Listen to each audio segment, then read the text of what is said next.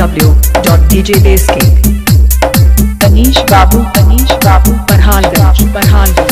आईनी बहारावा से घरावा ले जात बारू देव घर भगले अरे ओही बिना आँख लाली आइल बा बनाइए के छोड़ा पगले रहिया में भीड़ बड़ी लगले जीजा जगले बढ़िया चलाई अगले बगले जीजा जगले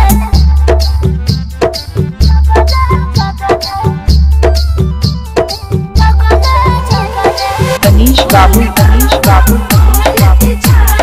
चौथी सबर लागत छोड़बू न कवनो करम बैठे में लागेला बहुते नरम जे स्टीयरिंग धारेला बुझेला उहे ड्राइवर के मरम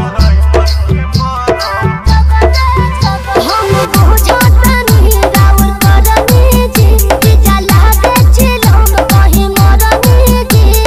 मतिया हमार भरा मरिलू तू ठगवन ऐसन ठगले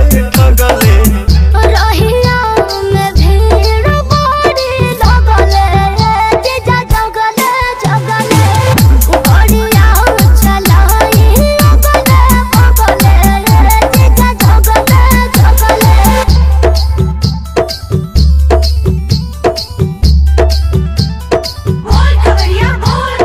तनीश बाबू चौथी सबर काहे बरावत खीसे बाड़ू हमरा में काढ़त फीसे बाड़ू मीठ बात बतियावे में तू तो दीदियों से अपना बीसे बाड़ू रहुआ बड़ी बतियावे हाँ दर्शन पाके निंदिया भागे जी नहीं तनिको थकावट लागे जी खतरा करा देबू जतरा में तू बोलिया से गोलिया दगले रहिया में भीड़ बड़ी लगले जीजा जगले बढ़िया चलाई अगले तनीश बाबू